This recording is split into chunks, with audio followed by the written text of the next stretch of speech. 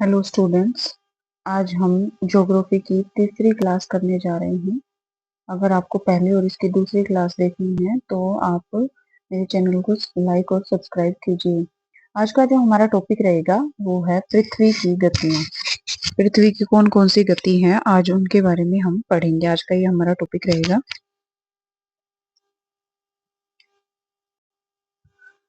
सबसे first question जो हमारा है, पृथ्वी अपनी धुरी पर किस दिशा में घूमती है? पहला ऑप्शन है पूर्व से पश्चिम, पश्चिम से पूर्व, उत्तर से दक्षिण, दक्षिण से उत्तर। तो इसका क्या आंसर रहेगा, आप सोचिए जरा। इसका आंसर है पश्चिम से पूर्व। जो पृथ्वी है वो पश्चिम से पूर्व की दिशा में रोटेट करती है सूर्य के चारों तरफ। पृथ्वी अपनी धुरी पर पश्चिम से पूर्व की ओर घूमती है, जिसके कारण तारे पूर्व से पश्चिम की ओर और घूमते हुए दिखाई हमें देते हैं। तो ये हमारा आंसर रहेगा। नेक्स्ट क्वेश्चन है, पृथ्वी का अपने अक्ष पर घूमना क्या कहलाता है? ऑप्शन है परिक्रमण, घूर्णन, प्रदीपन, इनमें से कोई नहीं। तो इसका आंसर है घूर्णन। पृथ्वी का अपनी धुरी पर जो घूमना है वो घूर्णन कहलाता है। क्या कहलाता है फ्रेंड्स? घूर्णन। यहाँ पे जैसे कि चित्र में दिया भी गया है कि जो पृथ्वी अपने अक्ष पर घूमती है तो उसको क्या बोलते हैं? रोटेशन। इंग्लिश में क्या बोलते हैं? रोटेशन। सूर्य के चारों ओर पृथ्वी की दीर्घवृत्ताकार कक्षा में गति को कहते हैं। सूर्य के चारों ओर जो पृथ्वी है, देखो एक क्वेश्चन तो स्टूडेंट्स यहाँ से ही आ गया कि जो पृथ्वी है दीर्घवृत्ताकार है। ये आपका एनसीईआरटी का क्वेश्चन है। एनसीईआरटी में पृथ्वी को दीर्घवृत्ताकार बोला गया है। एनसीईआरटी इसमें जो है पृथ्वी को दीर्घवृत्ताकार बोला गया है।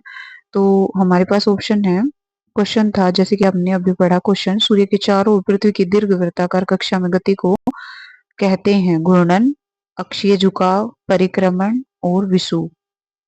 तो इसका आंसर होगा परिक्रमण। जब सूर्य के चारों तरफ पृथ्वी घूमती है तो उसे बोलते हैं परिक्रमण। नेक्स्ट क्वेश्चन है, पृथ्वी की घूर्णन गति का मुख्य परिणाम क्या है? ऋतुओं का परिवर्तन, दिन और रात का होना, चंद्रमा का दिखना, ज्वार भाटा। तो इसका सही आंसर होगा दिन और रात का होना। पृथ्वी का घूर्णन ही दिन और रात का होना होता है। नेक्स्ट क्वेश्चन है, पृथ्वी को सूर्य के चारों ओर एक चक्कर पूरा करने में कितना समय लगता है? ये स्टूडेंट्स आपके कम्पिटिटिव एग्जाम में क्वेश्चन आ चुके हैं। वही क्वेश्चन मैं आपके सामने लेके आई हूँ और इससे आपको काफी हेल्प मिलेगी आपके जो कम्पिटिटिव एग्जाम है उसको तैयार करने में। कोई भी टीचिंग का जो आपका फॉर्म आपने डाला हुआ है, चाहे वो अब इस टाइम पे जो फॉर्म निकले हुए हैं, जैसे EMRS के, चंडीगढ़ के भी निकले हुए हैं और अब आगे HTET भी होगा और CTET के जो बच्चे तैयारी कर रहे हैं तो CTET के लिए भी। तो ये क्वेश्चन बेसिक क्वेश्चन है जो कि एनसीईआरटी की बुक में से लिए गए हैं, तो आप इनमें से तैयारी कर सकते हैं। तो इसका आंसर रहेगा 365.25 दिन। यहाँ पे पॉइंट जो 25 है इसका आपको पता ही है, फिर हमारा लीप वर्ष बनता है ना, जिसे हम लीप वर्ष कहते हैं। ये पूरे आपके काउंट करके पृथ्वी को सूर्य की एक परिक्रमा करने में लगभग 365 दिन लगते हैं, जिससे हमारा एक वर्ष बनता है। पृथ्वी का अक्षीय झुकाव किस मौसम परिवर्तन के लिए जिम्मेदार है? दिन और रात के लिए, ऋतुओं का परिवर्तन, विषुव या अयनांत? तो इसका क्या आंसर रहेगा भाई? ऋतुओं का परिवर्तन। पृथ्वी का अक्षीय झुकाव ही जो होता है उससे वर्ष के विभिन्न समयों में सूर्य की किरणें विभिन्न कोणों के कारण ऋतुओं का परिवर्तन होता है। जैसे जैसे सूर्य की किरणें पृथ्वी के ऊपर पड़ती हैं, जब सीधी पड़ती हैं तो आपको पता ही है कि गर्मी का मौसम होता है, और जब सूर्य की किरणें जो हैं वो ऐसे फैली हुई गिरती हैं तो उस टाइम पे हमारा जो होता है वो सर्द ऋतु का मौसम होता है। विषुव वर्ष में कितनी बार होता है? विषुव जो होता है वो वर्ष में कितनी बार होता है? ऑप्शन है 1 बार, 2 बार, 3 बार या 4 बार। तो आपका आंसर रहेगा 2 बार। वर्ष में 2 बार विषुव होता है। एक बार तो आपका ये भी कम्पिटिटिव एग्जाम में क्वेश्चन आ चुका है कि 21 मार्च को और फिर 23 सितंबर को होता है। इस दिन जो है ना, रात और दिन जो होते हैं वो लगभग बराबर होते हैं। वह स्थिति जो पृथ्वी सूर्य से सबसे दूर होती है तो क्या कहलाती है? उपसौर, अपसौर, परिक्रमण, घूर्णन, क्या कहलाती है? तो जब पृथ्वी दूर होती है तो वो क्या कहलाती है? अपसोर स्थिति में।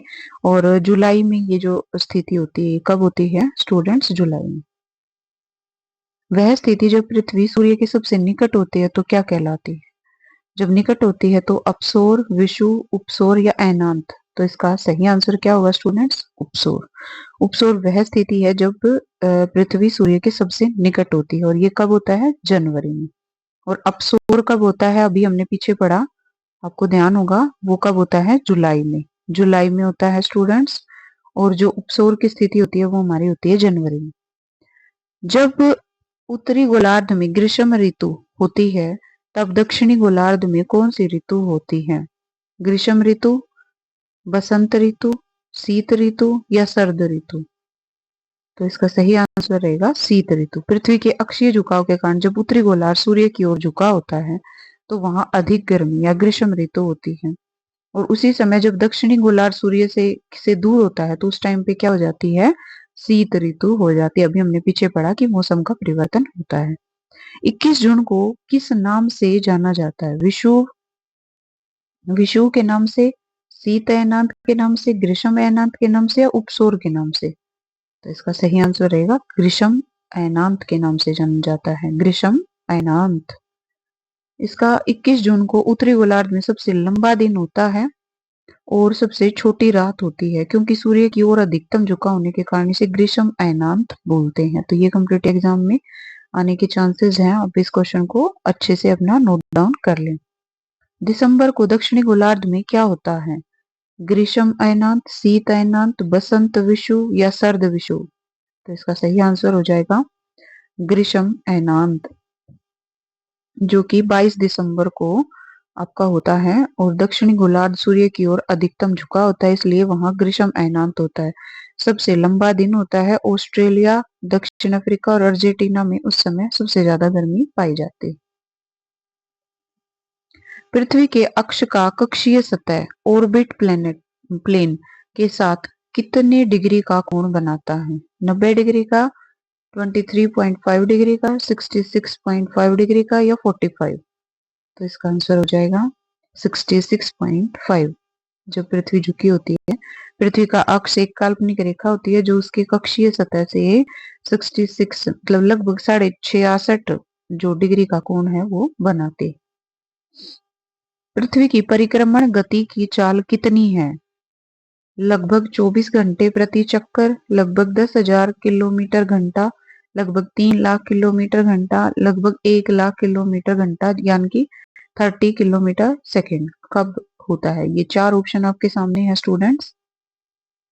तो इसका सही आंसर होगा लगभग 1 लाख किलोमीटर घंटा या फिर आप इसको 30 किलोमीटर सेकेंड भी बोल सकते हैं। पृथ्वी लगभग आपकी जो होती है वो 1,07,000 किलोमीटर घंटा या लगभग 30 किलोमीटर सेकंड की औसत गति से सूर्य के चारों ओर जो है परिक्रमा लगाती है। ये आप थोड़ा सा ध्यान रखेंगे। नेक्स्ट है उत्तरी ध्रुव वृत्त आर्कटिक सर्कल पर लगभग 6 महीने तक लगातार दिन किस स्थिति में रहता है? शीतकालीन संक्रांति में, विषुव में, ग्रीष्मकालीन संक्रांति में या इनमें सभी। तो इसका सही आंसर क्या होगा स्टूडेंट्स? ग्रीष्मकालीन संक्रांति, समर सोलिस्टिस। इसका अर्थ क्या होता है? ग्रीष्मकालीन संक्रांति 21 जून को होती है। कब होती है? अभी हमने पीछे पढ़ा था। 21 जून के दौरान उत्तरी ध्रुव सूर्य की ओर झुका होता है और आर्कटिक वृत्त से परे के क्षेत्रों में लगभग 6 महीने तक लगातार दिन का अनुभव होता है। इसके बाद जब उत्तरी गोलार्ध में सर्दी का मौसम होता है तब दक्षिणी गोलार्ध में कौन सा मौसम होता है? जब उत्तरी गोलार्ध में सर्दी है तो दक्षिणी गोलार्ध में क्या होगा? तो आप इसमें देखेंगे कि गर्मी होगी। पृथ्वी के सॉरी स्टूडेंट, पृथ्वी के अक्षीय झुकाव और परिक्रमण के कारण जब एक गोलार्ध सूर्य की ओर झुका होता है तो गर्मी होती है, तब दूसरी सूर्य से दूर होता है तो क्या हो जाएगी? वहां पे इसके विपरीत जो है ना वो सर्दी हो जाएगी। थैंक यू स्टूडेंट्स, आपने मेरी वीडियो को देखा। आप प्लीज मेरी वीडियो को लाइक करें एंड सब्सक्राइब करें। Thank you so much.